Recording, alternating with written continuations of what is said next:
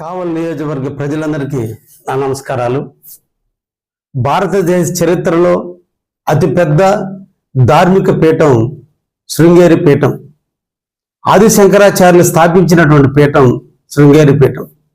ఆ శృంగేరి పీఠానికి సంబంధించినటువంటి శ్రీ శ్రీ శ్రీ విధుశేఖర భారతి మహాస్వామి వారు రేపటి రోజున మన కావలి నియోజకవర్గంలోని కొండబెట్టగుడ్డ ప్రాంతంలో ఉన్నటువంటి ప్రసన్న వెంకటేశ్వర స్వామి ఆలయానికి విచ్చేయుచున్నారు.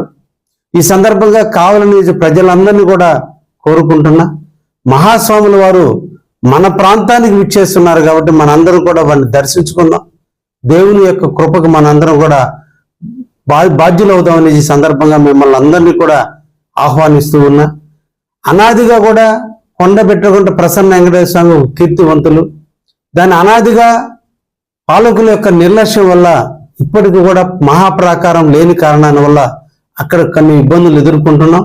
రేపటి రోజున వారి చేతుల మీదుగా ఆ కొండ చుట్టూ మహాప్రాకారానికి శంకుస్థాపన, అదేవిధంగా పర్వత వైపున గాలి గోపురానికి ఒక శంకుస్థాపన, అదేవిధంగా రథం గతంలో కాలిపోయిన రథాన్ని భద్రపరుచుకునే దానికి ఒక భద్రపరిచేటువంటి ఒక శాలను కూడా రేపు మనం తొందరలోనే అక్కడ నిర్మించబోతున్నాం.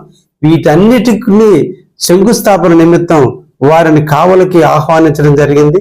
దీన్ని మీరందరూ కూడా ఆహ్వానంగా భావించి రేపటి రోజున మీరందరూ కూడా కొండబెట్టగుంట ప్రసన్న వెంకటేశ్వర స్వామి దర్శనానికి రావాల్సిందిగా ఈ సందర్భంగా కావలి నుంచి ప్రజలందరినీ కూడా కోరుకుంటున్నాను. నమస్కారాలు.